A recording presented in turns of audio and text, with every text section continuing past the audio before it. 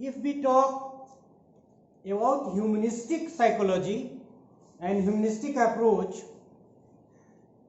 in the history of psychology, it is being considered as the third force of psychology, besides psychoanalysis and behaviorism.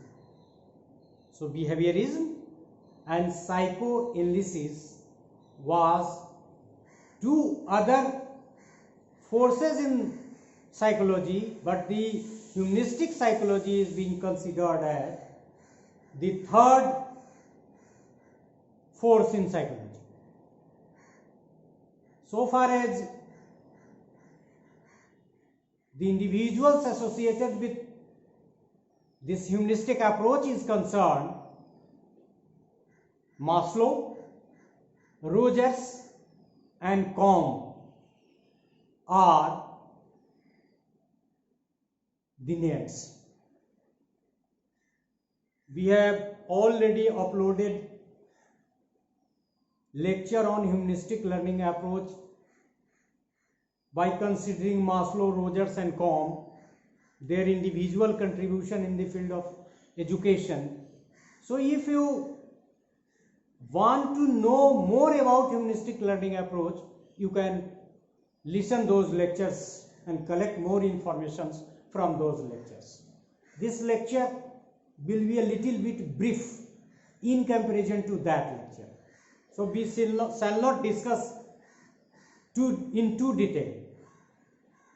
So humanistic approach, the associated fellows are Maslow, Rogers and Combe. It emphasizes person as a whole and explains behavior in terms of the entire life history. ये learning के बारे में ये नहीं कहता कि individual को अलग अलग में मत समझिए. If you have to understand, you have to study an individual, you emphasize person as a whole. Don't study the individual in this part, that part and like that part. Entire life history के term में किसी भी व्यक्ति का अध्ययन होना चाहिए. It believes in self initiated learning. मतलब imposed learning की बात नहीं कर रहा है. ये कह रहा है कि learning needs to be self initiated and internal desire of individual to learn. मतलब एक तरफ से यदि हम इसको ज्यादा एनालाइज करें तो हम ये भी कह सकते हैं कि ये इस तरफ इशारा कर रहा है कि इंडिविजुअल के डिजायर को जगाना लर्न करने के लिए ज्यादा जरूरी है. Maslow is regarded as a spiritual father of humanism in America. Maslow की एक थ्योरी है self actualisation.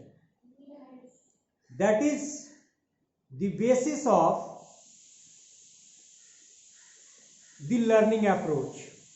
And one need theory, hierarchy of need theory you can say, which is also a theory of motivation, जो यहाँ physiological need को रखता है और यहाँ सेल्फ एक्चुअलाइजेशन को रखता है.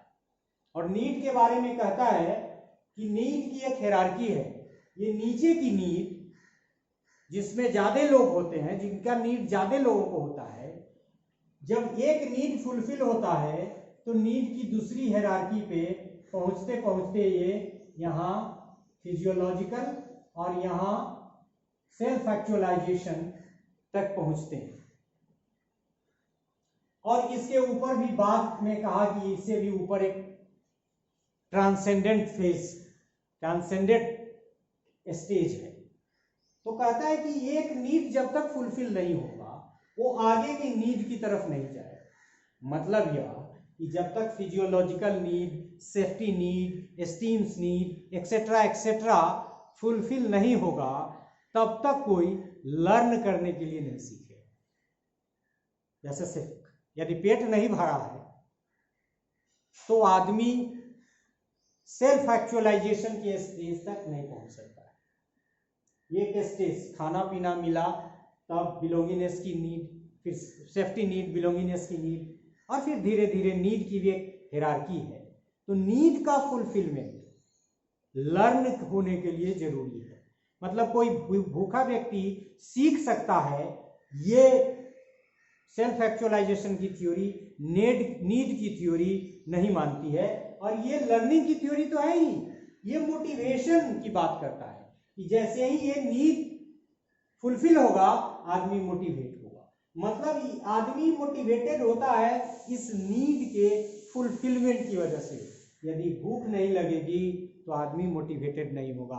और देखा कि वो ट्रायल एंड एरर वगैरह लर्निंग थ्योरी में भी हम लोगों ने इस चीज़ों को देखा है। सो मास्लो थ्योरी और ये नीड थ्योरी, जिसको मोटिवेशन की थ्योरी कहते हैं, हायरार्की ऑफ नीड की थ्योरी कहते हैं, ये लर्निंग मतलब there is a relationship between need and learning, there is a relationship between motivation and learning. So need, motivation and learning are related to each other. We can understand it as per humanistic learning approach. दूसरा Roger का भी एक, जैसे वो self actualisation की theory इनकी है, Rogers की थ्योरी है theory of person centred theory. और इसी में हमने कहा, अभी जो हमने कहा कि पर्सन की स्टडी आइसोलेशन में नहीं, थ्रू आउट द लाइफ, और शुरू में ये भी कहा कि बेसिकली ह्यूमन्स आर गुड। ये मानता ही नहीं है कि ह्यूमन बीइंग खराब होता है, वो बोलता है कि उसको खराब कर दिया जाता है या उसको हम अच्छा नहीं रख पाते हैं। Combs, another humanist, Combs humanistic education advocates a student-centered pedagogy and discovery-oriented instructional procedure. हमने कह दिया कि if you want to know more about Roger, Combs and Maslow, you can go through some other lectures that has already been uploaded on YouTube. But Combs ने जो learning के बारे में directly कहा, ह्यूमनिस्टिक एजुकेशन की जो बात की, उसमें कहा कि education must be, the pedagogy of education must be centred in terms of student, मतलब स्टूडेंट सेंटर्ड, डिस्कवरी ओरिएंटेड हो, और डिस्कवरी के लिए लर्नर्स को अपॉर्चुनिटी प्रोवाइड की।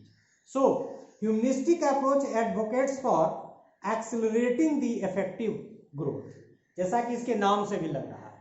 हम लोगों ने कॉग्निटिव, अफेक्टिव और साइकोमोटर, इफेक्टिव का मतलब एटीट्यूडनल, इमोशनल एस्पेक्ट पे बल देने की बात करता है। It is it's greatest contribution, और ये एक ऐसा कंट्रीब्यूशन है जिसपे यदि आज का वर्ल्ड काम करे, क्योंकि हम जो डेवलपमेंट की बात करते हैं, आज हमारे देश में संकट है कोरोना काल में, तो हम मेडिसिन पे खर्च क्यों नहीं कर पाते हैं? क्योंकि चाइना से और डिफरेंट पाकिस्तान जैसे कंट्री से अपनी बाउंड्री को सेव करने के लिए हमको अपने बजट का एक लंबा हिस्सा खर्च करना पड़ता है, क्योंकि जो आज का एजुकेशन सिस्टम है वो कॉग्निटिव फोकस्ड है। ह्यूमनिस्टिक अप्रोच, ऑब्वियस है अमेरिका भी इसमें शामिल है, क्योंकि मास्लो तो अमेरिका से ही एसोसिएटेड थे। तो ये जो इफेक्टिव ग्रोथ की बात करता है, हृदय के विकास की बात करता है, एटीट्यूडनल चेंज की बात करता है, मानवीय गुणों के संचार की बात करता है, it is very important for development and development of the learner as well. जो बड़ी बड़ी कंट्रीज हैं वहाँ स्कूल नहीं है, क्योंकि बजट, रक्षा बजट इतना ज्यादा हो जाता है जिसकी कोई जरूरत नहीं है। यदि सब आदमी का मानवीय विकास हो, भावात्मक विकास हो चुका है, एक दूसरे के बारे में सोचेंगे, तो सोचिए ये कितना बड़ा कंट्रीब्यूशन हो सकता है ह्यूमनिस्टिक लर्निंग अप्रोच का या ह्यूमनिस्टिक साइकोलॉजी का। You can say what are the key contribution this humanistic learning approach. We shall conclude this lecture by this key contribution, that is motivation for learning. There is an interrelationship between motivation and learning. Without motivation, learning cannot take place. Hierarchy of need and learning. Fulfillment of need is very much necessary for learning, and if the basic needs, that is physiological etc etc, which comes down in the hierarchy of need, are being fulfilled, learning becomes also a need. तो learning को need बनाने के लिए भी ये जरूरी है कि नीचे का नीड फुलफिल हो। इंटरपर्सनल रिलेशनशिप, वही समाज की बात शुरू में भी हम लोगों ने देखा था। एंड लर्निंग, इंटरपर्सनल रिलेशनशिप अच्छा हो, व्यक्ति का, मानव से, और फिर समस्या का समाधान भी हो सकता है। यूटिलिटी ऑफ ह्यूमन इमोशंस, मतलब हमको स्टडी में, लर्निंग में फोकस करना होगा फीलिंग्स डेवलप करने पे, वैल्यूज डेवलप करने पे, और परसेप्शन को विकसित करने में, इस पे जोर देता है ये। It's one of the greatest contribution of this humanistic and child centric methods of teaching, जैसा कि हमने कॉम्स को एक्सप्लेन करते हुए कहा। So the humanistic learning approach basically talks in terms of motivation, need, goodness of human being, and the development of effective aspect of human personality. So this is all about this lecture. Thank you.